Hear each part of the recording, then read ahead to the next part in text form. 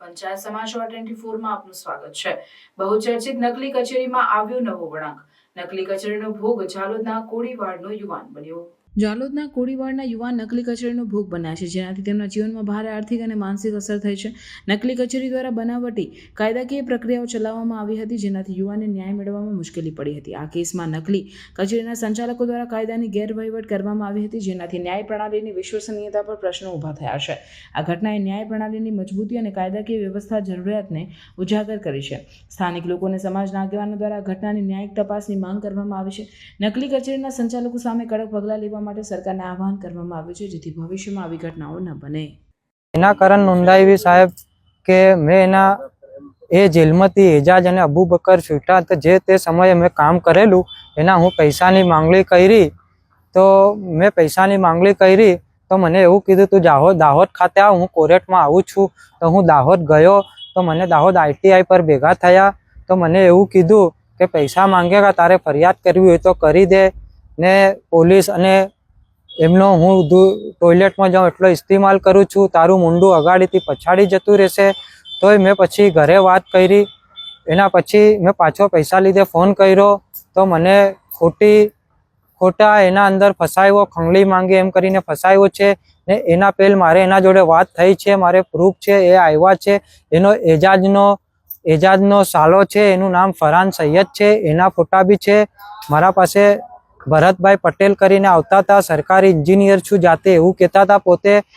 એક પંડ્યાલ સાહેબ કરીને આવતા હતા, એ બી એવું કહેતા હતા। મારે માંગણી એટલી જ છે કે મારા પર આવી રીતને જૂઠા આરોપો કરે ને જે મારે ચંપક કાંતિભાઈ બુરિયા છે, મારો ભાઈબંધ છે, એને મારા જોડે કામ કરતો હતો, એના પર ખોટા એના ખાતા ખોલાવી ને સરકારી રૂપિયો એના અકાઉન્ટમાં નાખ્યો। એ અમારા જોડે મોટો ફ્રોડ કર્યો છે ને જે તે પૈસા અમારા જે છે મજૂરોને આપવાના છે, દુકાનોવાળાને આપવાના છે, ઇટાચીવાળાને આપવા છે, એ મારે 73 લાખ રૂપિયા જેવા છે ને મારા પર એ ખંગલી માંગે એવું કરીને જૂઠા આરોપ મારા પર લગાડ્યા અને મને ધમકી આપી છે। 2-4 માણસના વચ્ચે ધમકી આપી છે કે તારા જોડે આવું કરશું।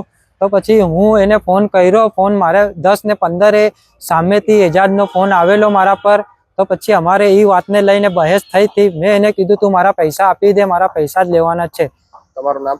મારું નામ સદ્દામ મતાદાર છે ને આદિવાસી જાતિના ખોટા પૈસા, ગરીબ ગરવાના પૈસા એમને લીધા છે, આદિવાસી જાતિના વિકાસના પૈસા એમને એમના બંગલા બનાવ્યા છે ને એ ભાઈ તો ગામના અંદર ફળીએ સાબુ વેચતા હતા। આજે એમના પાસે એટલો રૂપિયો કઈથી આવ્યો?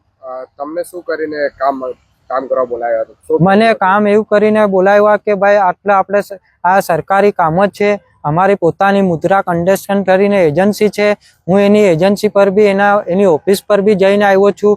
ચંપકલાલ બુરિયા મારા જોડે, ભૈરવભાઈ, રાજુભાઈ ડામોર, અમે બધા જોડે એની ઓફિસ પર ગયા હતા પૈસા લેવા, તો ત્યાં બી અમને ધમકી આવેલી।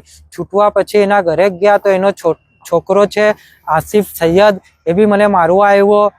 તો એ વાત હું જે તે સમયે એને કીધું તો મારા આટલી મોટી રકમ બાકી હતી એટલે હું એને ગુનો દાખલ નથી કર્યો, પણ એનામાં હું એના સાક્ષી રહ્યો છું। પોલીસ કામો કર્યા હતા તમે? કુવા કર્યા, મિની ટાંકી કર્યા, પાઇપલાઇન ખોદાણ કર્યું, પછી પંપ રૂમ બનાવ્યા છે।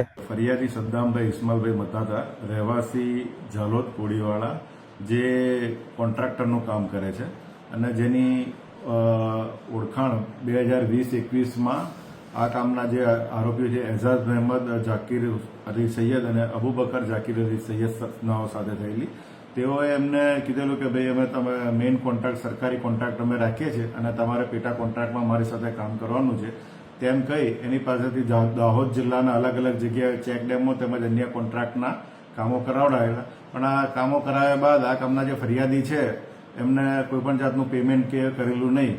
ત્યારબાદ આ જે ફરિયાદી છે તેમની પાસે અવારનવાર પૈસાને બાબતે પૂછપરછ કરતા આ કામના જે સામાવાળા બંને આરોપીઓ છે તેમના ફરિયાદીને જાનથી મારી નાખવાની ધમકી આપેલ અને એને બીભત્સ ગાળો બોલી, જે અંતર્ગત જાલોદ પોલીસ સ્ટેશન ખાતે ગુનો રજીસ્ટર કરવામાં આવેલ છે અને હાલ તપાસ ચાલુમાં છે।